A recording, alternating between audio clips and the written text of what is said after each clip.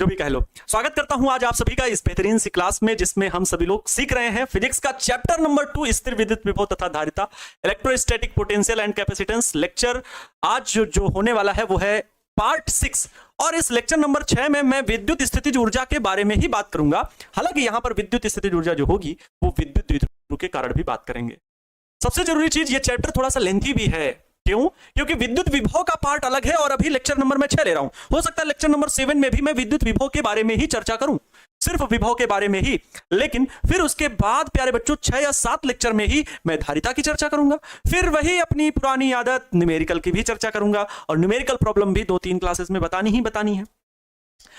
तो हम कह सकते हैं कि अभी ये चैप्टर जो है वो 7 से 8-10 दिन मतलब चलेगा। इसमें आप लोगों का फर्ज क्या है वो जरूर सुन लो। आपको अभी भी कहीं भी प्रॉब्लम आ रही हो, उस चैप्टर के लेक्चर को आपको रिवाइज करना है। उस जगह पे जाकर के आपने बैच परचेज किया हुआ है, आपके पास रिकॉर्डेड बैच भी है, उसका फायदा उठाओ। ये नहीं कि सर ये तो नहीं पता पढ़ा था, ऐसे तो नहीं पढ़ा था सर, हमें प्लीज बैकलॉग लग गया। ये सब चीजों से बाहर निकल करके एकदम सार्थक सोचना। दूसरी चीज, आज की क्लास में जो मैं पढ़ाऊंगा बेहतरीन होगा, बस ध्यान से सुनना। हालांकि हो सकता है आपके आसपास थोड़े गाने बज रहे हो क्योंकि आज छठी मैया का पर्व है। आप सभी को छठी मैया के इस पावन पर्व की हार्दिक शुभकामनाएं। नवरात्रि चल रहे हैं, आसपास जागरण के कार्यक्रम भी होते रहते हैं, गाँव में चलते रहते हैं, तो आप सभी उनमें उतना ही प्रतिभाग करें जितना कि जरूरी है। बाकी अपनी पढ़ाई पर पूरा फोकस करें, ठीक है? क्योंकि कर्म करना सबसे ज्यादा जरूरी है। मैं अपने सिद्धांत में जीवन के यही अपनाता हूं, कर्मणि वाधिकारस्ते मां फलेषु कदाचन मां कर्मफल हेतुर्भु माते संगोस्तो कर्मणि। तो वही जीवन के उद्देश्य और सिद्धांत को मैं आपको बता रहा हूं। Good evening my dear all, नमस्तुभ्यम, नमस्कार, आभार, अभिनंदन। आप सभी प्यारे मित्रों का, दोस्तों का, छोटे भाई बहनों का, अपने इस बड़े भाई का अभिवादन स्वीकार करें और मैंने भी आप सभी का अभिवादन स्वीकार किया। चलते हैं आपके आनंद गुरुजी आज के टॉपिक को पढ़ाने के लिए। आज का टॉपिक प्यारे बच्चों, हम स्थितिज ऊर्जा के बारे में पिछले लेक्चर में बताए थे। वैद्युत स्थितिज ऊर्जा के बारे में बबुआ हम बताए थे और उसमें अच्छे से सिखाए भी थे, जाने भी थे, आपने सुना भी था, पढ़ा भी था। सर स्थितिज ऊर्जा के फार्मूले को बहुत अच्छे से हमने समझा था। अगर मैं रिवीजन की बात करूं, है ना, revision, no doubt revision. Sir किस लिए? सर रिवीजन क्यों आप करवाते हैं ये तो बताइए। ये रिवीजन क्यों करवाते हैं? क्योंकि मैं कोई डाउट नहीं रखना चाहता। अगर आपने पिछले लेक्चर में नहीं कुछ सीखा तो थोड़ा सा रिवाइज कर लो। हमने कहा था कि स्थितिज ऊर्जा जो होती है वो U बराबर, अगर दो आवेश को ला करके कहीं पर एक निकाय बनाया जा रहा है, दो आवेश Q1 तथा Q2 एक दूसरे से r दूरी पर हैं, तो अगर इन दोनों को ला करके, अनंत से ला करके कहीं पर रखा गया और ये संतुलन की स्थिति में अब ऐसी ही इतनी ही दूरी पर ये दोनों आवेश बने हुए हैं, हालांकि एक दूसरे पर ये बल लगा रहे होंगे, कोई बात नहीं, लेकिन अनंत से इन दोनों को लाया गया और एक निकाय बनाया गया। इस निकाय को बनाने में जो किया गया कार्य था W, वही प्यारे बच्चों स्थितिज ऊर्जा कहलाती है। W बराबर U और 1/4 pi epsilon not Q1 Q2 अपान में R। इतने जूल स्थितिज ऊर्जा होती है। कौन सी? वैद्युत स्थितिज ऊर्जा। मैंने ये भी बता दिया था कि स्थितिज ऊर्जा सिर्फ और सिर्फ संरक्षी बलों में होती है, अर्थात कंजर्वेटिव फोर्स में होती है। तो कंजर्वेटिव फोर्सेस कौन सी है? जैसे कि वैद्युत बल, गुरुत्वाकर्षण बल, इनकी स्थितिज ऊर्जा होती है। घर्षण बल, श्यान बल, इनकी स्थितिज ऊर्जा नहीं होती। पोटेंशियल एनर्जी स्थितिज ऊर्जा स्थिति पर डिपेंड करती है, तो यहां पर भी इनकी एक कोई पोजीशन है दोनों आवेशों की। ये दोनों आवेश हैं, आवेश मतलब समझ सकते हो इंसान। ये दो लोग अगर एक स्थिति पे बने हुए हैं, अनंत से ला करके रखे गए हैं और दोनों लोगों में समझौता करा दिया गया, और समझौता कराने में जो हमारे द्वारा कार्य किया गया बच्चों, वही कार्य उसकी पोटेंशियल एनर्जी होती है, स्थितिज ऊर्जा होती है। सीधी साफ सूत्रों में बात थी, बहुत अच्छे से एक्सप्लेन करके मैंने बता दिया था। प्यारे बच्चों कल मैंने एक चीज और बताई थी, वो थी समविभव पृष्ठ की। बोलो हाँ। अरे भैया बताओ, क्या मैंने कल इक्विपोटेंशियल सरफेस जैसी भी कोई चर्चा की थी? क्या मैंने कल इक्विपोटेंशियल सरफेस इसकी भी कोई चर्चा की थी? आप कहोगे जी गुरुजी आपने चर्चा की थी, और इसके प्रॉपर्टीज भी बताई थी मैंने। कि इक्विपोटेंशियल सरफेस समविभव पृष्ठ जो होगा बच्चों, समविभव पृष्ठ जो होगा उसके प्रत्येक बिंदु पर विभव क्या होता है? समान होता है। मतलब A और ये B, प्रत्येक बिंदु पर विभव समान होता है। अर्थात कहने का अर्थ है कि समविभव पृष्ठ होगा बच्चों तो VA बराबर VB होगा। अर्थात समविभव पृष्ठ के भीतर किसी आवेश को अगर एक बिंदु से दूसरे बिंदु की ओर ले जाएं, मान लो ये धन परीक्षण आवेश है, एक बिंदु से दूसरे बिंदु की ओर ले जाएं, तो किया गया कार्य जो होता है वो 0 होता है। क्यों? क्योंकि विभवांतर डेल्टा V बराबर VA माइनस VB होगा, और VA माइनस VB का मतलब है कि बिंदु A पर जितना विभव उतनी ही मात्रा का विभव बिंदु B पर। क्यों? क्योंकि ये समविभव पृष्ठ है ही, तो इसके अगर हम एक दूसरे को घटाएंगे, अंतर निकालेंगे तो 0 ही ना आएगा। इस वजह से किया गया कार्य शून्य ही होता है, कोई कार्य नहीं करना पड़ता, आवेश अपने आप एक बिंदु से दूसरे बिंदु पर चला जाएगा, कोई आवेश करने की जरूरत नहीं। आनंद सर 500 रुपए में मैं दे रहा हूं, लूट लो। इस खुशी में आपने जितने दिए हैं इतने पर्याप्त है। 1500 रुपए दिए हैं ना इस बैच में जुड़ने के लिए, वरदान बैच से। हालांकि 2 साल के लिए आपने शुरू में 11वीं में जो पढ़ा सफलता बैच से, वो 3000 हो गए है ना टोटल। लेकिन इस 1 साल के लिए अगर आप जुड़े होंगे तो आपने 1500 दिए ना, मेरे लिए वही काफी है, मुझे और नहीं चाहिए। नहीं समझ में आया तो रुपये वापस करेंगे आपको, है ना। शॉर्ट नोट्स कैसे बने, बहुत point to be noted dear student, बहुत अच्छी बात। शॉर्ट नोट्स जो रिवीजन में सिर्फ फार्मूले लिखे जाते हैं ना, वही शॉर्ट नोट्स है। अब आप इसकी परिभाषा थोड़ी पढ़ोगे वैद्युत स्थिति ऊर्जा की परिभाषा, फिर तो फुल नोट्स हो गई। सिर्फ जैसे आप डेरिवेशन, तो डेरिवेशन थोड़ी ना शॉर्ट नोट्स में किया जाता है, टोटल डेरिवेशन। सिर्फ सिद्धांत लिखना, डेरिवेशन को छोड़ करके सिर्फ और सिर्फ फार्मूला लिखना, ये चीजें होती है। बात समझ में आई? तो ये समविभव पृष्ठ के लिए हो गया। क्या यहां तक बात क्लियर है? आगे बढ़े। क्लियर है बच्चों, है ना?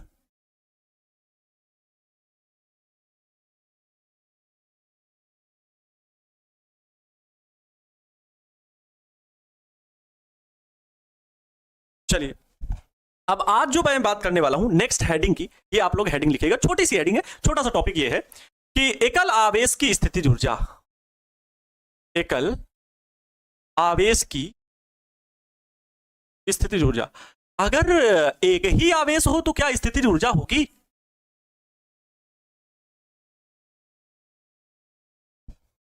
आप बच्चों ये मन में लाओ कि अगर सर कोई आवेशों का निकाय ना बनाया जा रहा हो, एक ही आवेश कहीं पर क्यू कूलाम का रखा हो, तो क्या उस आवेश की स्थितिज ऊर्जा होगी? क्या उस आवेश की स्थितिज ऊर्जा होगी? कहीं पर भी एक छोटा सा आवेश क्यू कूलाम ला करके रखा गया, कहां से बच्चों? तो अनंत से ला करके रखा गया। तो इसके पास जो इसकी पोजीशन है, जो इसकी स्थिति है, इस आवेश की जो स्थिति है, इसकी जो पोजीशन है बच्चों, जो इसकी पोजीशन है, कहीं पर भी रखा है, इससे कोई दिक्कत नहीं। तो क्या इसके पास भी पोटेंशियल एनर्जी? यहां निकाय तो नहीं है। निकाय का मतलब समझते हो ना, समूह। निकाय का अर्थ हिंदी में समूह होता है। जैसे आपके घर में एक समूह है लोगों का, है ना, 2 या 2 से अधिक लोग। वहीं पर अगर कोई अकेला घर पे रह रहा हो तो वो सिंगल बोला जाए, वो अकेले है घर पे। तो यहां पर भी वही है कि एक केवल आवेश है, 2 नहीं है। तो क्या इसके पास स्थितिज ऊर्जा होगी? तो अगर विद्युत विभव हम देखें किसी एक बिंदु पर, विद्युत विभव की परिभाषा से, एक बिंदु के लिए विद्युत विभव की परिभाषा देखें, विद्युत विभव की परिभाषा, विद्युत विभव की परिभाषा V बराबर W/Q से, इससे देखो क्या बच्चों मिलेगा। इस परिभाषा से देखें तो W बराबर VQ, W बराबर VQ, और जो W बराबर VQ है यही किया गया कार्य तो वैद्युत स्थितिज ऊर्जा होगी। तो हम कहेंगे कि W बराबर U बराबर V। ठीक है बच्चों, इतने जूल एकल आवेश की वैद्युत स्थितिज ऊर्जा होगी। इसको आप नोट कर सकते हैं, एकल आवेश की वैद्युत स्थितिज ऊर्जा। ठीक है, छोटा सा टॉपिक है, इसको नोट कर लीजिएगा, कोई बड़ी बात नहीं। आज जो बेसिकली हम बात करने वाले हैं बच्चों, एक समान विद्युत क्षेत्र में विद्युत द्विध्रुव को घुमाने में किया गया कार्य निकालने वाले हैं।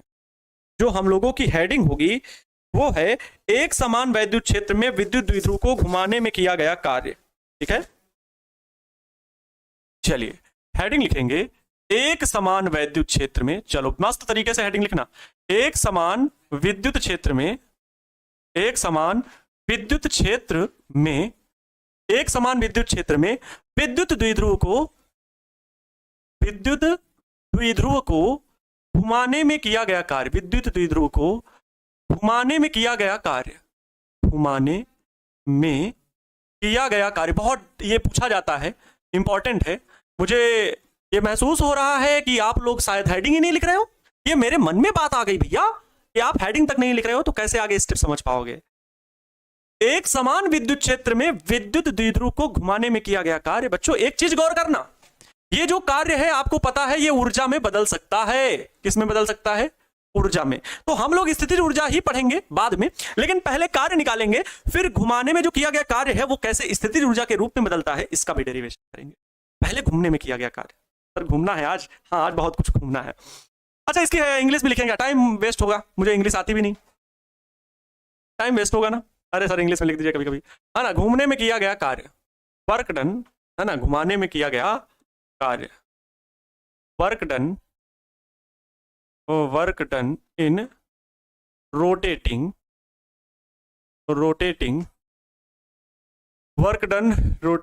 of electric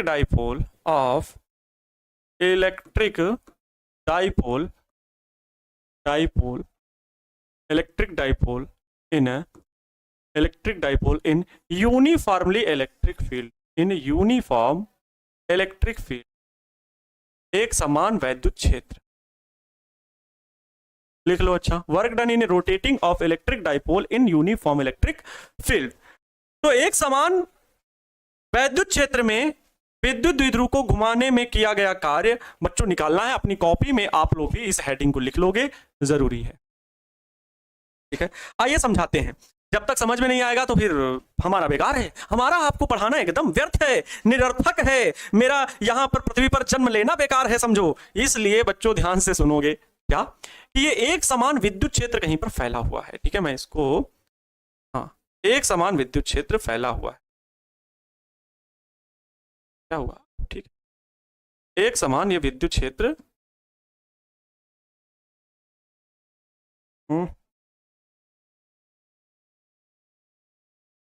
एक समान विद्युत क्षेत्र ये फैला हुआ है। देखना गौर से, बढ़िया सा फिगर बनाना है। फिगर बहुत जरूरी है, अच्छा फिगर बनाना बहुत जरूरी है। ये एक समान बच्चों कहीं पर विद्युत क्षेत्र फैला हुआ है, वैद्युत क्षेत्र में ही क्या रखा हुआ है? विद्युत द्विध्रुव को घुमाने में किया गया कार्य। अगर बच्चों ये वैद्युत क्षेत्र की डायरेक्शन है इस दिशा में और इसमें कोई एक विद्युत द्विध्रुव रखा हुआ है, ये लो, ये कोई भी विद्युत द्विध्रुव रखा हुआ है बच्चों, ध्यान से सुनना। ये कोई विद्युत द्विध्रुव रखा हुआ है, ये विद्युत द्विध्रुव जो है ए बी है। इस विद्युत द्विध्रुव का नाम क्या है? ये ए है, ये बी है। ठीक है, ये विद्युत द्विध्रुव रखा हुआ है, minus q plus q, A B, इनके बीच की दूरी बच्चों कितनी है? 2l है। ठीक है, 2l है, ध्यान से सुनना। विद्युत द्विध्रुव को घुमाने में किया गया कार्य है, निकालना है। ठीक है, हम करेंगे, सब कुछ करेंगे। सबसे पहले ये बताओ कि क्या एक समान विद्युत क्षेत्र में विद्युत द्विध्रुव को घुमाने में किया गया कार्य, तो क्या मैंने एक समान विद्युत क्षेत्र में एक किसी विद्युत द्विध्रुव को रखा यहां पर? आप कहोगे जी सर रखा आपने, तो क्या वही लैंग्वेज मैं यहां पर लिख दूं, माना फलाना धमाका वाली, कि माना एक समान वैद्युत क्षेत्र ई में, माना एक समान वैद्युत क्षेत्र, एक समान वैद्युत क्षेत्र ई में एक वैद्युत द्विध्रुव ए बी रखा है, एक वैद्युत द्विध्रुव ए बी रखा है। ठीक है, एक वैद्युत द्विध्रुव ए बी रखा है, ये देखो ए बी रखा हुआ है। इसको बच्चों अगर हमें डी थीटा कोण घुमाना हो केवल, अच्छा अगर ये वैद्युत द्विध्रुव रखा है, ध्यान सुनना, ध्यान से सुनना भाई, मैं बोल रहा हूं भाई, मैं आंखों में आके डाल के बोलना, चील की निगाह है मेरी, तुम बहुत शैतानी कर रहे हो। मैं ये बोल रहा हूं कि अगर वैद्युत क्षेत्र में एक विद्युत द्विध्रुव ऐसे रखा है, तो वैद्युत द्विध्रुव पर याद करो, जब विद्युत क्षेत्र के लिए बताया था तो उस पर एक बल आघूर्ण कार्य करता है। अरे पहला चैप्टर याद करो भैया, रुक जाइए, याद कर लेने दो, याद कर लेने। हाँ, याद आया। एक समान वैद्युत क्षेत्र में अगर वैद्युत द्विध्रुव रखा होगा तो उस पर एक बल आघूर्ण कार्य करेगा। अरे बल आघूर्ण क्या होता है ये तो हमको नहीं पता, यही नहीं पता सर, वो मैंने 11th नहीं पढ़ा। बल आघूर्ण होता है बच्चों, बल एक भौतिक राशि अलग हो गई, बल आघूर्ण भौतिक राशि अलग हो गई। बल किसी वस्तु को गति कराने के लिए आवश्यक है, जबकि बल आघूर्ण किसी वस्तु को घूर्णन गति कराने के लिए आवश्यक है। बिना बल आघूर्ण के घूर्णन गति संभव नहीं है। जैसे दरवाजे पर आप धक्का मारते हो तो दरवाजा जिस जगह पे एक ज्वाइंट होता है, जहां से जुड़ा हुआ होता है, अटैच होता है दरवाजा, उस अक्ष के परिता दरवाजा घूमता है। तो आपने वो बल नहीं लगाया, बल आघूर्ण लगाया। अरे सर हाँ, थोड़ा बहुत समझ में आया।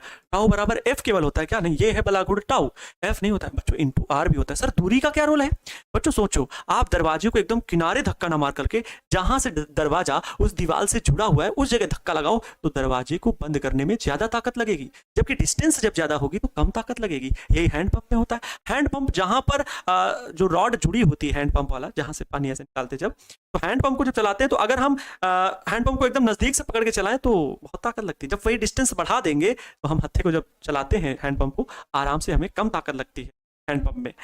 क्यों? क्योंकि वहां पर घूर्णन गति कराने के लिए टार्क लग रहा है। बल आघूर्ण जिसे कहते हैं, बल गुणे दूरी, ये चीज है।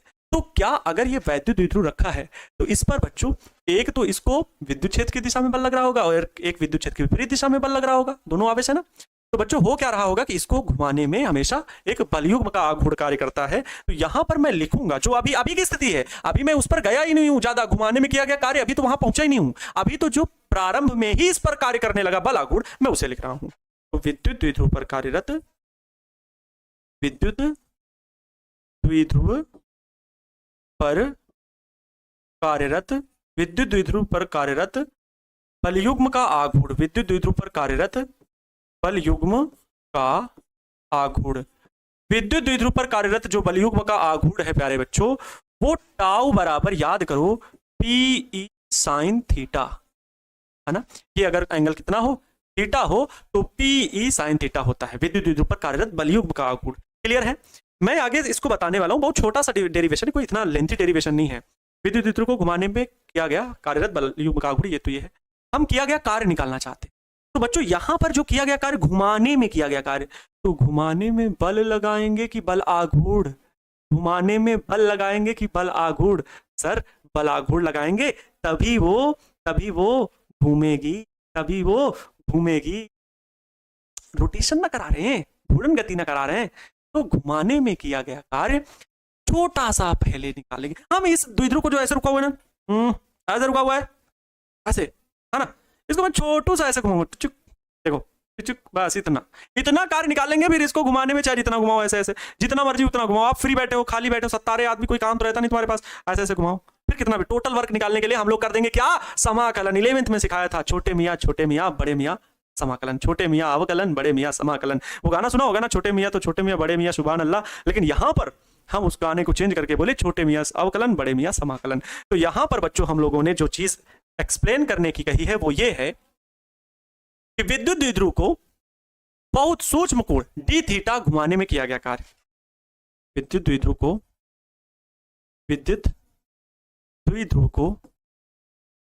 सूक्ष्म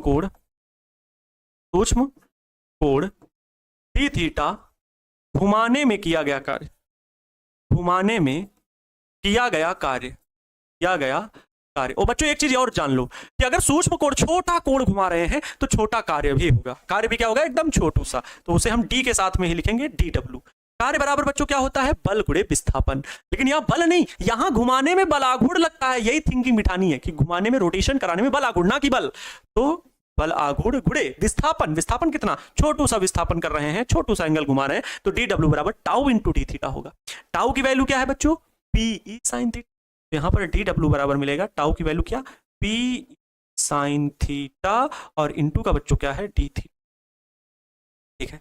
अब ये कार्य तो छोटू सा विस्थापन के लिए है ना। अगर हम कहते हैं कि इसकी ये पोजीशन है, छोटू सा विस्थापन मतलब टिचिक इतना घुमाना है, लेकिन ऐसे घुमा दें या ऐसे घुमा दें या ऐसे घुमा दें, कितना भी घुमाएं, मतलब किसी भी स्थिति तक ले जाएं, कितने भी कोण तक घुमाएं, तब क्या होगा, हमारे पास तो वो फार्मूला चाहिए ना। हमको वो फार्मूला चाहिए कि जहां पे भी एग्जैक्ट, चाहे थोड़ा घुमाए सर और चाहे ज्यादा घुमाए, हमें फार्मूला अच्छा वाला चाहिए। तो हम ये मान लेंगे बच्चों कि द्विध्रुव को, वैद्युत द्विध्रुव को, ध्यान से सुनना, वैद्युत द्विध्रुव को थीटा वन कोण से, वैद्युत द्विध्रुव को स्थिति वन कोण थीटा वन से स्थिति दो जो भी हो, दूसरी स्थिति मतलब दूसरी स्थिति में जब घूमेगा, या फिर सीधे लिखेगा, नहीं तो आप लोग और कंफ्यूज होगा। वैद्युत द्विध्रुव को कोण थीटा वन से कोण थीटा टू तक घुमाने में किया गया कार्य, घुमाने में किया गया कुल कार्य। अब वो कोण कुछ भी हो सकते हैं, किया गया, अब बच्चों क्या निकालेंगे, कुल कार्य निकालेंगे, किया गया कुल कार्य। और कुल कार्य का मतलब समझ रहे हो ना, छोटे मियाँ अवकलन, बड़े मियाँ समाकलन। तो यहां पर आ जाएंगे बड़े मियाँ। कुल कार्य मतलब डी डब्ल्यू, दोनों पक्षों का समाकलन होगा। इधर भी समाकलन टोटल किसका, पी साइन थीटा जो लिखा हुआ था, total P sine theta D theta, वो total P sine theta D theta, उस दोनों पक्षों का क्या करेंगे, समाकलन। क्योंकि हम कुल कार्य निकाल रहे हैं, और ये कुल कार्य कहां से कहां तक, लिमिट यहां क्या, थीटा वन से थीटा टू कोण तक घुमाने में कुल कार्य निकालना है, घुमाने में कुल कार्य। बड़ा आसान है। यहां डी के साथ में थीटा लिखा हुआ है, मतलब थीटा के सापेक्ष समाकलन। यहां साइन थीटा लिखा हुआ है, तो केवल यही आप समझना कि थीटा जिसके साथ जुड़ा हुआ है ना, साइन का कोणांक है थीटा, और साइन उसके साथ रहे, कभी अलग अलग नहीं लिखेंगे। तो साइन थीटा का अवकलन थीटा के सापेक्ष होगा, लेकिन पी और ई का नहीं, ये कांस्टेंट माने जाएंगे, अचर पद माने जाएंगे। अच्छा, यहां पर कुछ भी नहीं। तो इसके पहले लेक्चर में कई बार ऐसी सिचुएशन आई और मैंने सिखाया बच्चों कि अगर समाकलन केवल dx लिखा हुआ है, मतलब तो इसका मतलब यहां पर कुछ भी नहीं, तो हम एक मान सकते हैं। और एक का समाकलन जिसके सापेक्ष हो रहा हो, यहां किसके सापेक्ष हो रहा है, x के सापेक्ष, तो x ही आता है। आता है x ही आता है। वैसे यहाँ पर w के सापेक्ष हो रहा है तो केवल w ही आएगा, w बराबर ये p और e बच्चों कांस्टेंट है तो p और e बाहर ले लिए, समाकलन θ1 से θ2 लिमिट, अंदर समाकलन किसका केवल होगा तो साइन थीटा का होगा, थीटा लिखेंगे। साइन थीटा का समाकलन बच्चों होता है माइनस कॉस थीटा, तो यहां पर देखो पी ई लिखेंगे, साइन थीटा का सीधे सीधे समाकलन होता है माइनस कॉस थीटा।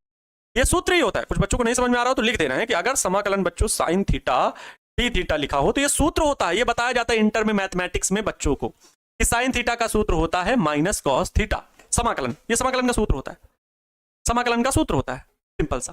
तो sine theta minus cos theta, तो मतलब साइन थीटा का समाकलन माइनस कॉस थीटा होता है, तो माइनस कॉस थीटा लिखेंगे। अब लिमिट जो है वो लिख दीजिए θ1 से θ2। अच्छा, इस माइनस को बच्चों हम बाहर भी खींच सकते हैं, है ना, कोई दिक्कत नहीं, बाहर कर लीजिए, तो ये बन जाएगा माइनस का पीई बाहर आ गया, कॉस लिखेंगे।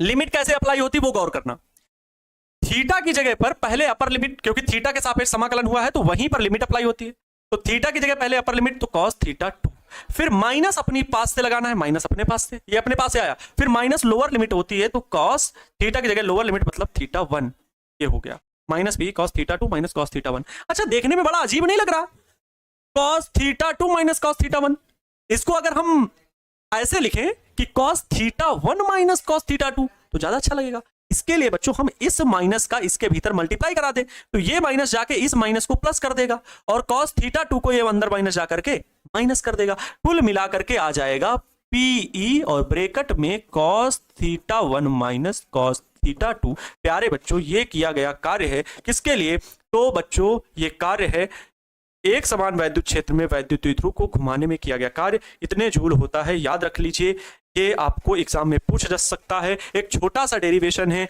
हमेशा आपको काम आएगा प्यारे बच्चों, याद रखना बहुत जरूरी है। प्लस नहीं लगा सकते, कहां प्लस लगाओगे बच्चा पार्टी, क्यों प्लस लगाओगे, क्यों प्लस लगाओगे कॉस प्लस नहीं लिख सकते, कहां कॉस प्लस लिख दोगे, कुछ भी, ये क्वेश्चन पूछने का तरीका, इसीलिए कमेंट पढ़ने में फिर मन खराब होता है, कॉस प्लस लिख दोगे। समाकलन क्या है, हे प्रभु आ जाओ, अवतार ले लो, अब हमसे नहीं पढ़ाया जा रहा है।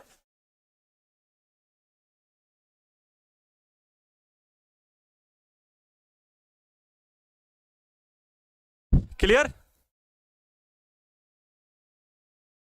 बहुत आसान है गुरु, वेरी गुड, ठीक है। माइनस कैसे आया, माइनस सूत्र में होता है cos theta minus sine theta का समाकलन होता है माइनस कॉस थीटा। मैथ के स्टूडेंट हो तो आपको सौरभ सर इस सूत्र का डेरिवेशन भी बताना जरूरी नहीं होता, क्योंकि डेरिवेशन नहीं सूत्र का बताया जाता है, होता है माइनस कॉस थीटा मतलब सूत्र में आता है, मैथ के स्टूडेंट के लिए है। और फिजिक्स में मैथ मतलब छोटी बात है, physics is the king of science, mathematics is the queen of science.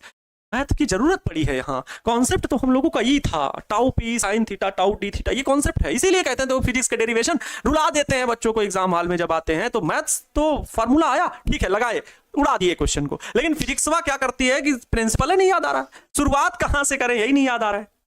लेकिन जब अगर सीखने लगो ना फिजिक्स तो मजा आता है, फिर इससे बढ़िया सब्जेक्ट नहीं, क्योंकि आई लव फिजिक्स, बच्चे चिल्ला चिल्ला के बोलते हैं, सबसे ज्यादा पढ़ते हैं बच्चे इसको। सब्जेक्ट तो सभी अपने आप में बढ़िया होते हैं, लेकिन सबका अपना अपना एक फेवरेट सब्जेक्ट होता है, तो आपका फेवरेट सब्जेक्ट ये बने ही जाएगा, मैं पढ़ाऊं तो बने ना तो बेकार है यार। देखो यहाँ पर क्या हुआ कि एक समान विद्युत क्षेत्र में एक विद्युत द्विध्रुव रखा है, और विद्युत द्विध्रुव रखा है अगर विद्युत क्षेत्र में, तो इसमें दो आवेश हैं जो कि विपरीत प्रकृति के हैं, तो विपरीत प्रकृति के अगर लोग हैं तो दोनों एक दूसरे को अलग अलग दिशाओं में खींचेंगे, अलग अलग दिशाओं में खींचेंगे तो बलागुण कार्य करेगा, कॉन्सेप्ट ये सारी चीजें आपको पता है, तो बलागुण कार्य करेगा तो टाउ बराबर पी साइन थीटा होता है, ठीक है। तो यहां पर बलागुण ऑलरेडी कार्य कर रहा है, लेकिन हम क्या कर रहे हैं कि ये जो विद्युत द्विध्रुव ऐसे रखा हुआ है, ये जो विद्युत द्विध्रुव ऐसे रखा हुआ है, इसको हम छोटा सा कोण घुमा रहे हैं, तो घुमाने में किया गया कार्य, वो घुमा कैसे रहे, इसके अक्ष के परिता, इसके अक्ष के परिता तो बलागुण लगता है, तो घुमाने में किया गया कार्य, तो टोटल स्थिति θ1 से θ2 कितना भी घुमा दे वो हमें नहीं पता, लेकिन पहले क्या करो, छोटा सा कोण घुमाने में किया गया कार्य निकालो डी थीटा, तो किया गया कार्य निकालना dw बराबर बल गुणे विस्थापन होता है, लेकिन यहाँ बल नहीं बल्कि बलागुण गुणे विस्थापन टाउ इनटू डी थीटा, क्योंकि अक्ष के परिता घुमा रहे हैं इसलिए बलागुण लगेगा, टाउ की value P sine theta D theta हो गया, रखे, ठीक है। कुल कार्य ये निकालना है कि θ1 से θ2 कोई भी पोजीशन हो सकती है, θ1 θ2 हमें नहीं पता, 30 डिग्री से 60 डिग्री, 30 डिग्री से 90 डिग्री, 30 डिग्री से 45 डिग्री, 60 डिग्री से 120 डिग्री, 65 डिग्री से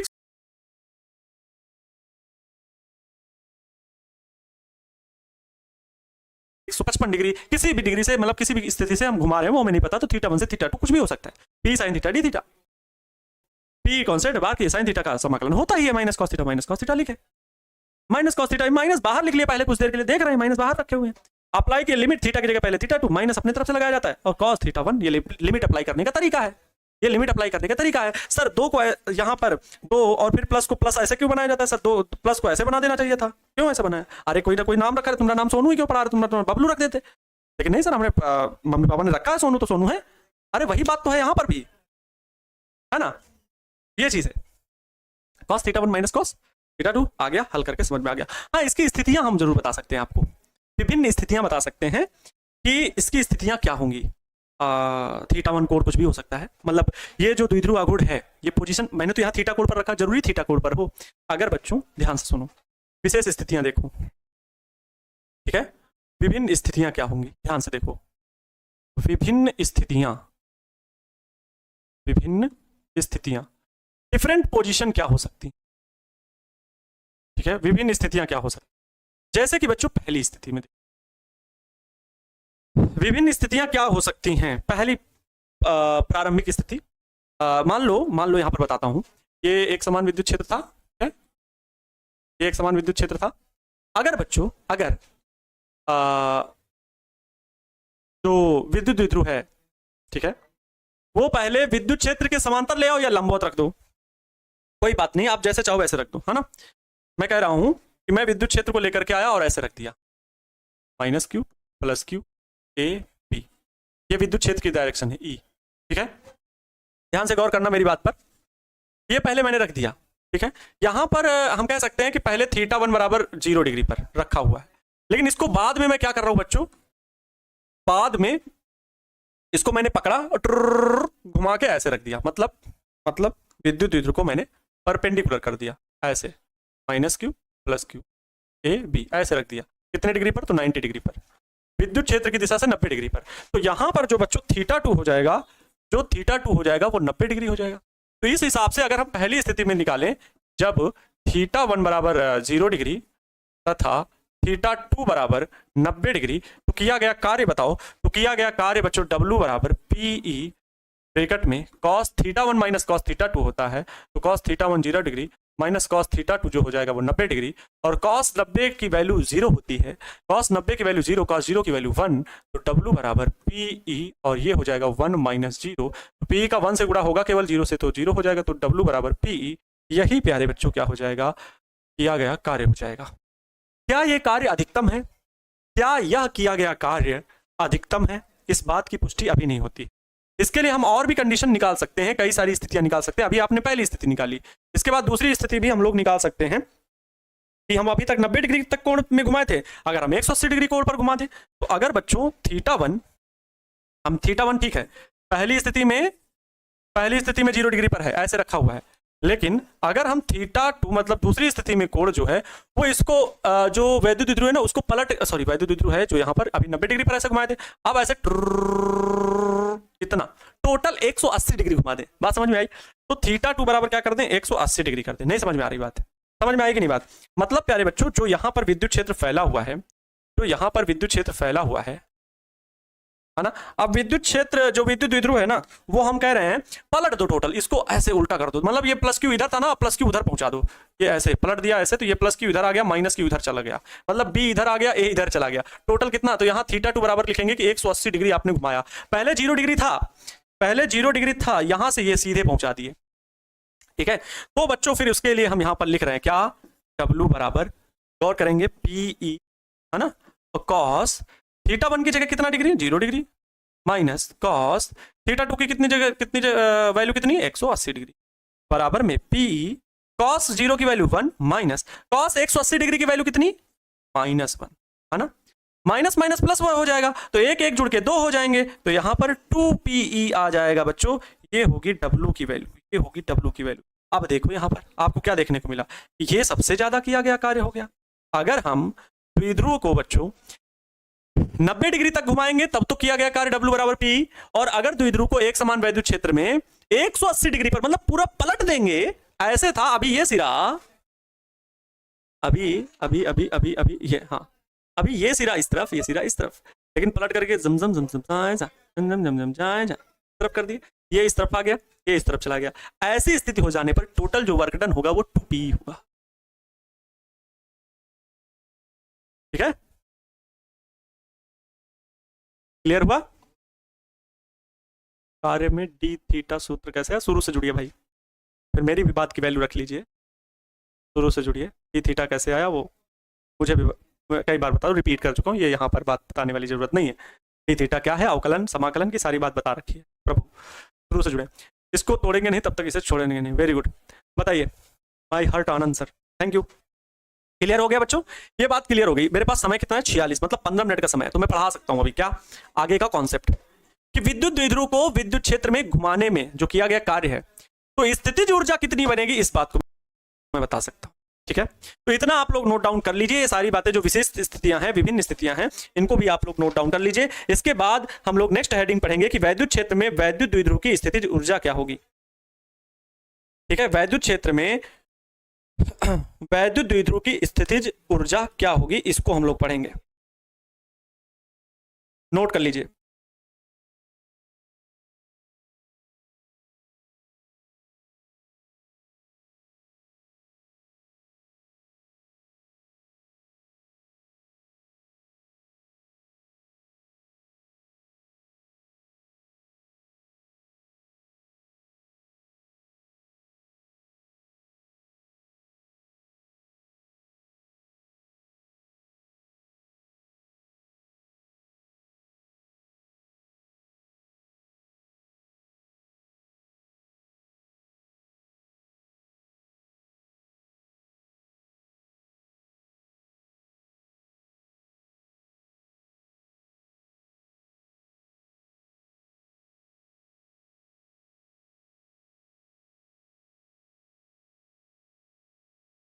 चलिए, क्लियर हो गया?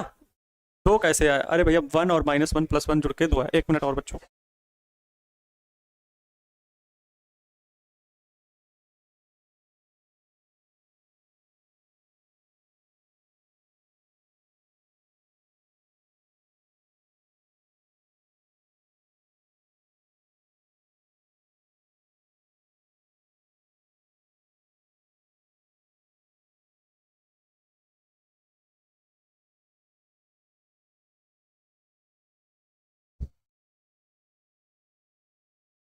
गर्मी पड़ने लगी अपना। चलो बच्चों, ये हो गया। हम अब क्या लिख कह रहे हैं कि वैद्युत क्षेत्र में वैद्युत द्विध्रुव की स्थितिज ऊर्जा का आप लोगों का डेरिवेशन होना है। तो हेडिंग लिखेंगे वैद्युत क्षेत्र में वैद्युत द्विध्रुव की स्थितिज ऊर्जा। चलिए हेडिंग लिखिए, वैद्युत क्षेत्र में वैद्युत क्षेत्र में वैद्युत द्विध्रुव की वैद्युत क्षेत्र में वैद्युत द्विध्रुव की। कितना अच्छा लगता है ना कि लाइव क्लास आराम से घर पे बैठ के पढ़ रहे हैं। वैद्युत क्षेत्र में वैद्युत द्विध्रुव की, और हम पढ़ा रहे हैं, मन ही नहीं मानता, स्थितिज ऊर्जा है ना, पोटेंशियल एनर्जी। इसको लिखे हो कि नहीं अपनी कॉपी में? अरे इंग्लिश में लिखे हो कि नहीं? पोटेंशियल एनर्जी, स्थितिज ऊर्जा, potential energy of electric dipole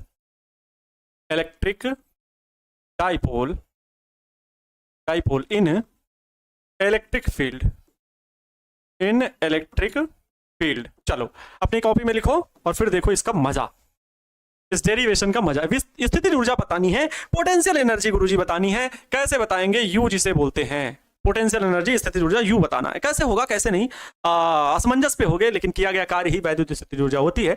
but कार्य यहां पर कैसे, क्या सर किया गया कार्य तो आपने ये भी निकाला, तो U = W जो P cos θ1 - cos θ2 की स्थितियां हैं, इसमें बता दीजिए। लेकिन स्थितिज ऊर्जा को बताने के लिए दो विभिन्न स्थितियां प्राप्त करनी पड़ेंगी, है ना। दो विभिन्न स्थितियों को प्राप्त करना पड़ेगा, तब हम बता पाएंगे। वैसे वैद्युत क्षेत्र में हम वैद्युत द्विध्रुव की स्थितिज ऊर्जा बता रहे हैं, आप किसी एक आवेश की नहीं बता रहे हैं, बल्कि वैद्युत क्षेत्र में वैद्युत द्विध्रुव की स्थितिज ऊर्जा बता रहे हैं। तो वैद्युत द्विध्रुव की स्थितिज ऊर्जा को पहले तो परिभाषा लिख दीजिए सर, पहले परिभाषा लिख दीजिए, बाद में डेरिवेशन लिखिएगा। तो परिभाषा ये होती है बच्चों, वैद्युत क्षेत्र में वैद्युत क्षेत्र में किसकी हमें स्थितिज ऊर्जा बतानी, तो वैद्युत द्विध्रुव की स्थितिज ऊर्जा। ठीक है, वैद्युत क्षेत्र में वैद्युत द्विध्रुव की स्थितिज ऊर्जा, है ना, वैद्युत द्विध्रुव, ओहो, वैद्युत द्विध्रुव की स्थितिज ऊर्जा, वैद्युत द्विध्रुव की, राइटिंग अच्छी बनाना, पहले मैं डेफिनेशन बता रहा हूं बाद में डेरिवेशन। वैद्युत क्षेत्र में वैद्युत द्विध्रुव की स्थितिज ऊर्जा, उसे वैद्युत क्षेत्र में वैद्युत द्विध्रुव की स्थितिज ऊर्जा उसे अनंत से लाकर वैद्युत क्षेत्र में अनंत से लाकर वैद्युत क्षेत्र में वर्तमान स्थिति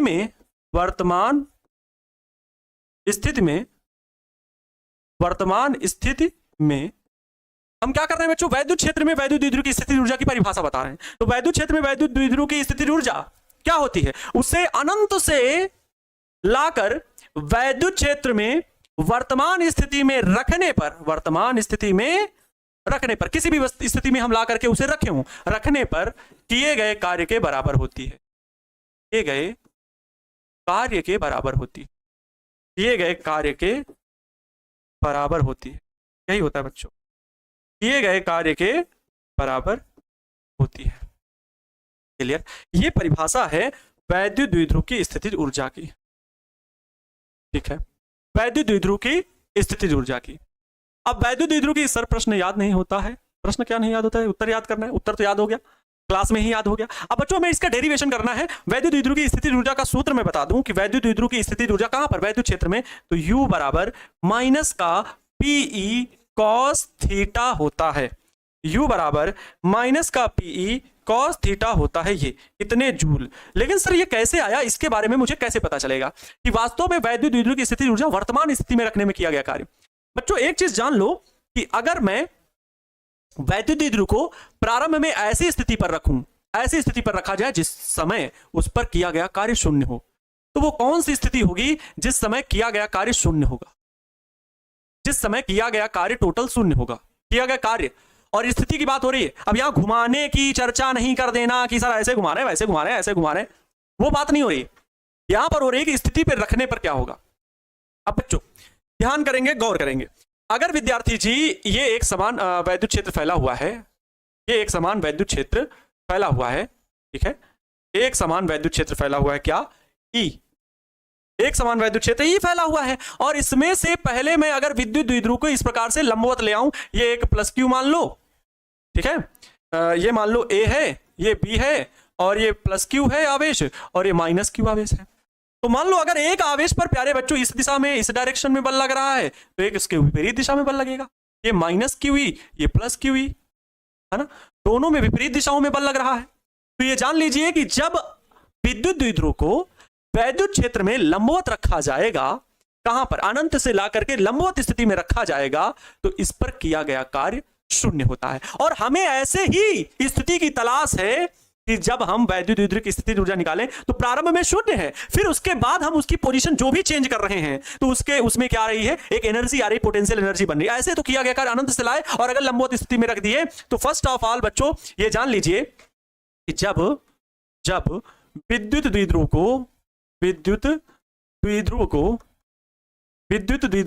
को अनंत से लाकर वैद्युत द्विध्रुव को अनंत से वैद्युत क्षेत्र में कैसे रखा जाता है, वैद्युत क्षेत्र में लंबवत रखा जाता है। ध्यान से सुनना मेरी बात, लंबवत रखा जाता है, तो आवेशों पर कार्यरत वैद्युत बल, आवेशों पर कार्यरत बल परिमाण में समान परंतु दिशा में विपरीत होता है। परिमाण में समान परंतु दिशा में विपरीत होता है, परंतु दिशा में क्या होता है बच्चों, विपरीत होता है। ऐसी स्थिति में कोई कार्य नहीं होगा, क्योंकि जितना कार्य इस डायरेक्शन में फोर्स लग रही है उतनी ही फोर्स उस डायरेक्शन में लग रही है, अपोजिट डायरेक्शन में। दोनों परिणाम किया गया परिमाण में समान परंतु दिशा में विपरीत होता है। ऐसी स्थिति में परिणामी कार्य जो होगा, या ऐसी स्थिति में कुल कार्य, अगर हम पहली स्थिति ये मान रहे हैं ना, पहली स्थिति, तो W1 बराबर कहेंगे 0। किया गया कुल कार्य हम शून्य मानेंगे। पहली स्थिति को हम ऐसा मान रहे हैं जिसमें विद्युत द्विध्रुव पर किया गया कार्य शून्य है। लेकिन अब वैद्युत द्विध्रुव शून्य नहीं, अब तो हम स्थितिज ऊर्जा ऐसी जगह पर रखो ना जिसमें उसके पास स्थितिज ऊर्जा हो, उसकी स्थिति के कारण उसमें कुछ ऊर्जा आ जाए। अभी नहीं है। क्यों नहीं है सर? क्योंकि इस पे कार्य होगा ही नहीं, क्योंकि जितना इधर लग रहा है फोर्स उतना इधर लग रहा है। नहीं समझ रहे हो? अब देखो दूसरा कंडीशन समझोगे ना तो अपने आप समझ जाओगे। अब देखो दूसरी कंडीशन को समझो। अरे पहले एक चीज को समझने के बाद दूसरी चीज भी जानो। कभी कभी क्या होता है, आगे जाने पे रास्ता मिल जाता है। कभी कभी हम जंगल में जब घुसते हैं तो लगता है कि यहां से तो रास्ता खत्म, चलो लौट चले, लेकिन एक दो कदम आगे बढ़ते हैं तो मिल जाता है, सफलता ऐसे ही मिलती है। तो यहां पर बच्चों हम क्या कह रहे हैं कि अगर हम वैद्युत द्विध्रुव को थीटा कोण पे रख दें, किस कोण पर? थीटा कोण पर लाए, अनंत से लाए, ऐसे रख दिए, माइनस क्यू, अच्छा प्लस क्यू, चलो प्लस क्यू, ये ए पॉइंट, ये बी पॉइंट, ये माइनस क्यू अवश्य। कैसे लाए बच्चों? थीटा कोण पर रख दिए। अब इस पर इसकी स्थिति के कारण क्या ऊर्जा है? हाँ है। पहले लंबवत था तो ऊर्जा नहीं थी, लेकिन अब ऊर्जा है इसके पास। अब इसके पास ऊर्जा है। प्रारंभ में जो इसके पास ऊर्जा थी वो W1 = 0, और इसमें जो पहली स्थिति थी वो हम इसको मान रहे हैं कि 90 डिग्री पर रखा हुआ था, और 90 डिग्री के कोण के बाद इसे हम थीटा कोण घुमाएं। अब यहां पर दूसरी स्थिति यही है बच्चों। दूसरी स्थिति में हम ये बात लिखेंगे। पहली स्थिति में तो W1 0 आया, ये पहली स्थिति थी, है ना? ठीक है। अब दूसरी स्थिति की बात समझो। दूसरी स्थिति की बात यह है कि द्विध्रुव को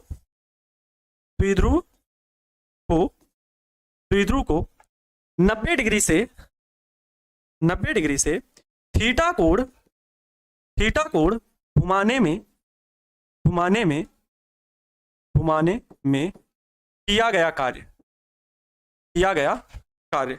तो जब किया गया, अब ऐसी स्थिति, क्योंकि 90 डिग्री पर कोई कार्य नहीं था, या ऐसी स्थिति में उसके पास कोई पोटेंशियल एनर्जी नहीं है। मेरी बात को समझने की कोशिश करो। लेकिन जब यहां ये ऐसी स्थिति है जिसमें संतुलन में है, वो उससे कोई फर्क नहीं पड़ रहा, पर यह आराम से आ गया, अनंत से लाया यहां रख दिए। अब लेकिन यहीं पर इसकी स्थिति ऊर्जा पता करनी कि कैसे तो उसकी स्थिति वर्तमान बताओ। वर्तमान हम थीटा डिग्री कोण पर घुमा रहे हैं, तो किया गया कार्य जो W है बच्चों, W2 मान लो, ठीक है। दूसरी स्थिति के लिए ना W2, वो शुरू के सूत्र से PE cos θ1 माइनस cos θ2, इसी सूत्र से लगाओगे आप। तो हम लोग क्या, PE और cos θ1 बच्चों जो है, θ1 जो है वो 90 डिग्री cos 90 माइनस cos θ2, कितने डिग्री हम कोण घुमाने की बात कर रहे हैं?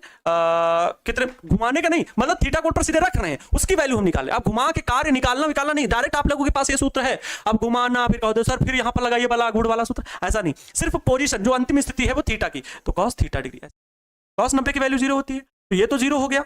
ये सीधे ये भी लिख सकते, ऐसे लिख रहे हैं, minus sorry P 0 minus cos θ।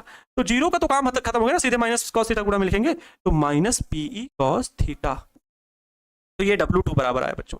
अच्छा, अब आप कहेंगे कि सर यही तो आप अभी डेरिवेशन बताए, सीधे W2 का आंसर आ गया। तो लेकिन बच्चों मैं आपको बता दूं, जो किया गया कुल कार्य है, अनंत से हम वस्तु को पहले 90 डिग्री पे लाए, फिर मैंने कहा कि अगर उसे 90 डिग्री पर लेकिन किया गया कार्य शून्य माना जाएगा। क्यों? क्योंकि इस पे परिमाण में समान परंतु विपरीत दिशाओं में बल कार्य कर रहा है, ऐसी स्थिति में इसका कार्य शून्य होगा। और जब हम इसे थीटा कोण पर इसकी स्थिति ला रहे हैं, अनंत से ला करके थीटा कोण पर रख रहे हैं, तब इस पर किया गया कार्य जो है W2 = 0। तो हम इनकी दोनों स्थितियों का कुल योग निकालेंगे, अगर, है ना, कुल योग किया गया कुल कार्य, ठीक है। तो द्विध्रुव पर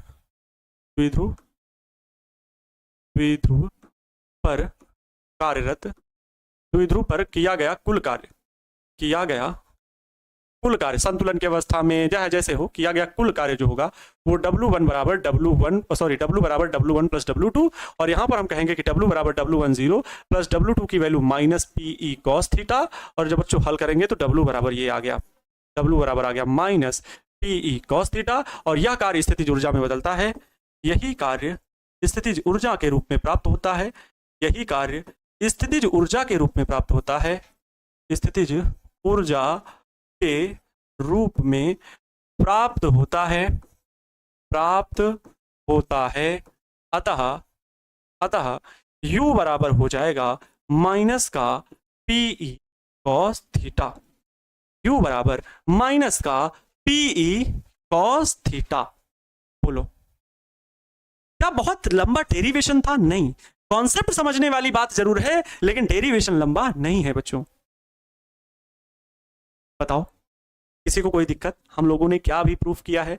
वैद्युत क्षेत्र में वैद्युत द्विध्रुव की स्थितिज ऊर्जा निकाली है, ठीक है। तो मैंने कहा ये आएगा, डेफिनेशन मैंने बता दी कि वैद्युत क्षेत्र में वैद्युत द्विध्रुव की स्थितिज ऊर्जा क्या, तो वो होती है कि उसे अनंत से लाकर वैद्युत क्षेत्र में वर्तमान स्थिति में जो रखे हैं, रखने पर किए गए कार्य के बराबर होती है। अब वर्तमान स्थिति इसकी यहाँ पर ये है, और इस पोजीशन में रखने के लिए हम दो स्टेप में कार्य कर रहे हैं। पहली तो वो स्थिति जिसमें किया गया कार्य शून्य हो, और किया गया कार्य शून्य उस स्थिति में होता है कि जब हम वैद्युत क्षेत्र की दिशा के लंबवत वैद्युत द्विध्रुव को रख रहे हैं, ऐसी स्थिति पर हम कार्य किया गया शून्य मानते हैं, ठीक है। और जब ये शून्य आएगा तो ये तो हो गया, कोई बात ही नहीं। हम इसको ऐसी स्थिति में रख रहे हैं जहां पर किया गया कार्य, देख सकते हो थीटा 1 से थीटा 2 कोण घुमा रहे हैं, तो ओहो, ठीक है। ये तो हमने बताया 90 डिग्री से cos थीटा, क्योंकि पहली संतुलन की अवस्था में फिर हम थीटा डिग्री कोण घुमाए, तो थीटा कोण घुमाए तो रखे थीटा कोण पर, तो उस स्थिति में किया गया कार्य तो थीटा 2 तो थीटा हो गया, लेकिन थीटा 1 90 डिग्री रखे तो ये माइनस पी cos थीटा मिला। आगे बच्चों बढ़े तो छोटा सा डेरिवेटिव हल हो गया, इसके आगे आपको ये नहीं पढ़ना। ये स्थिति ऊर्जा होगी वैद्युत द्विध्रुव की स्थिति। अब बच्चों आप लोगों को मैंने एक चीज देखी थी, आप लोगों के पास, ठीक है, आप लोगों के पास एक बच्चों डाउट है क्या, सर इसको साफ कर दोगे क्या? अरे सर ये क्या कर रहे हैं आप, पूरा साफ कर दे रहे हैं, इरेज कर दे रहे हैं, हम लोग कैसे लिखेंगे पैनल पीडीएफ में? बच्चों आपके पास ये पैनल पीडीएफ पहुंच जाएगा, ठीक है। ये देखो वही चीज लिखी हुई है, ठीक है। वो तो मैं पेज को आगे लाने के लिए ऐसा किया था, पेज, ठीक है। अच्छा, अब आप लोगों के लिए मैं बता रहा हूं डीपीपी, क्या बच्चों? डीपीपी, डेली प्रैक्टिस प्रॉब्लम, है ना। इसके लिए डेली प्रैक्टिस प्रॉब्लम, तो सबसे जरूरी चीज आपको ये बतानी है ना, डेली प्रैक्टिस प्रॉब्लम डीपीपी। जो आप लोगों को कभी कभी लगता है ना कि सर हमारा डीपीपी बता दिया जाता तो सही, हमको अच्छा लगता है ना, हम भी सही मानते, ठीक है। डीपीपी में तो पहले तो मुझे फर्स्ट ऑफ ऑल वैद्युत विभवांतर की परिभाषा बताओगे, बहुत दिन हो गए ना, इसलिए वैद्युत विभवांतर के बारे में बताओगे, ठीक है। मैं कल क्वेश्चन भी दूंगा, आज तो मैं सिर्फ थोड़ी सी बातें लिख रहा हूँ। डीपीपी में वैद्युत विभवांतर की परिभाषा बताओगे, और मुझे जो है जो सबसे जरूरी चीज, किसी भी बिंदु पर वैद्युत द्विध्रुव के कारण, वैद्युत द्विध्रुव के कारण, ये सोच लो, इसको करना है क्योंकि ये बोर्ड एग्जाम है। आप बच्चों बिहार बोर्ड की, कोई नीट और जेईई की तैयारी नहीं कर रहे हो, बिहार बोर्ड एग्जाम की तैयारी कर रहे हो, ठीक है। और इसमें टॉपर्स की जुबानी लिख लेना, लिखने के नंबर हैं, ठीक है, लिखने के नंबर मिलते हैं, तो जितने ज्यादा लिखने की प्रैक्टिस करोगे ना उतना ज्यादा होगा। वैद्युत द्विध्रुव, इसी में ऑब्जेक्टिव छिपे रहते हैं। वैद्युत द्विध्रुव के कारण किसी बिंदु पर वैद्युत विभव, किसी बिंदु पर वैद्युत विभव, किसी बिंदु पर वैद्युत विभव, वैद्युत विभव, ठीक है। ये जो कि हम लोग जानते हैं V इक्वल टू क्या होता है, 1/4 pi epsilon not P cos theta upon में R स्क्वायर, लेकिन ये कैसे प्रूफ किया जाता है इसको आप लोगों को बताना है, ठीक है। ये टीपीपी का क्वेश्चन हो गया। तीसरे नंबर का क्वेश्चन हो गया E equal to minus dV बटे dr, संबंध स्थापित करें, संबंध स्थापित करें, ये आप लोगों को बताना है। E equal to minus dV बटे dr, ये आप लोगों को संबंध स्थापित करना है, बताया गया है। ये भी, और इसको आप लोगों को प्रैक्टिस प्रॉब्लम खुद से करनी है। टीपीपी में आपके लिए बिहार बोर्ड की तैयारी के लिए लॉन्ग क्वेश्चन ही सब्जेक्टिव पढ़ना है, इसी में ऑब्जेक्टिव छिपे हैं, और ऑब्जेक्टिव के क्वेश्चन की भी डीपीपी आपको लास्ट में जरूर मिलेगी, ठीक है। आज के लिए प्यारे बच्चों इतना ही। आज की क्लास कैसी लगी जरूर आप लोग कमेंट करके बताइएगा, यहाँ पे तो कमेंट अभी दिख रहे हैं। आज के लिए इतना ही प्यारे बच्चों, खुद खुश रहें, दूसरों को भी खुश रखने का पूरा प्रयास करें। मुझसे जो कुछ हो सकता है मैं अपना सब कुछ आपको देने के तैयार हूँ। आप मेरे अंदर जो भी मैंने सीखा है, जहाँ से भी सीखा है, जैसे भी सीखा है, मैं सब कुछ आपको देना चाहता हूँ। जरूरत इस बात की है कि थोड़ा सा सब्र जरूर रखा करें। कभी कभी मैं देखता हूँ कि मैं मोटिवेशन की क्लास लेता हूँ, मतलब मोटिवेशन शुरू करता हूँ, तो कुछ बच्चों के यहाँ पर कमेंट आते हैं निगेटिव, जो कि मुझे नकारात्मक विचार मेरे मन में पैदा करते हैं कि सर क्लास शुरू करें, मतलब उन्हें लग रहा है कि उनसे पढ़ने में विद्वान नहीं है शायद कोई, ऐसी सोच मेरे मन में जब आती है कि बच्चों को आखिर चाहिए क्या, फिर मुझे कहीं ना कहीं अच्छा नहीं लगता है। सारी चीज़ें आपको जरूरी हैं। जिस प्रकार खाने में सलाद की ज़रूरत होती है क्योंकि वो पाचन शक्ति को बढ़ाता है, ठीक वैसे ही प्रत्येक दिन पढ़ने के लिए मोटिवेशन की जरूरत। मुझे पता है कि मुझे 95% बच्चों को ज़्यादा ध्यान देना है, 5% बच्चों में कम ध्यान देना है, लेकिन वो 5% बच्चे भी मेरे अपने हैं, मैं उन्हें भी जागरूक करना चाहता हूँ। ऐसी सोच से बाहर निकलना है। प्रत्येक दिन वो चाहे मोटिवेशन हो, चाहे जो भी समझाने वाली बात कही जाए, उसे ध्यानपूर्वक सुने। अगर आपके ज़रूरत के लायक है तो उसे ज़रूर अपने अंदर उतारने का कोशिश करें। अपने विचारों को जितना शुद्ध और पवित्र रखेंगे उतना ही ज़्यादा आप प्रगति करेंगे। इस नवरात्रि ही सही, नहीं अभी तक किए हो कोई बात नहीं, इस नवरात्रि के पर्व में ही खुद से ये प्रार्थना करो, माँ से ये प्रार्थना करो कि मुझे मन, कर्म एवं वचन से शुद्ध रहने का आशीर्वाद दें। आपका मन शुद्ध रहेगा, विचार गलत नहीं आएंगे, कर्म शुद्ध रहेंगे, मन लगेगा काम करने में, विचार शुद्ध रहेंगे, वाणी शुद्ध रहेगी, तो किसी से भी सामने बात करो सबको ये अच्छा ही कहेगा।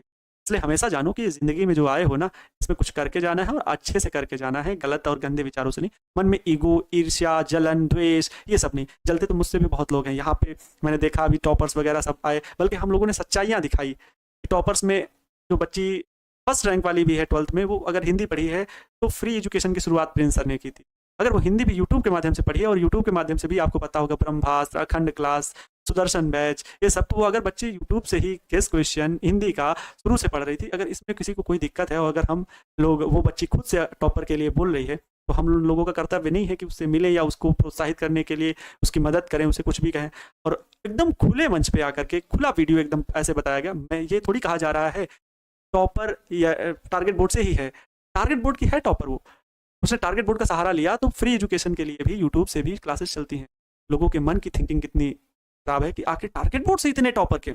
हमें तो कोई दिक्कत नहीं है कि हम फर्स्ट रैंक को छोड़ सकते हैं, लेकिन जब उसने बोला है तो उसको क्यों ना हम उतनी अहमियत दें, क्योंकि वो जब बोल रहे हैं तो उतनी अहमियत तो देनी चाहिए। लेकिन लोगों के विचारों की अशुद्धता देखिए कितनी ज़्यादा है, मतलब थिंकिंग, तो हम लोग तो उस पर नहीं बोलने का कोई सवाल ही नहीं पैदा होता।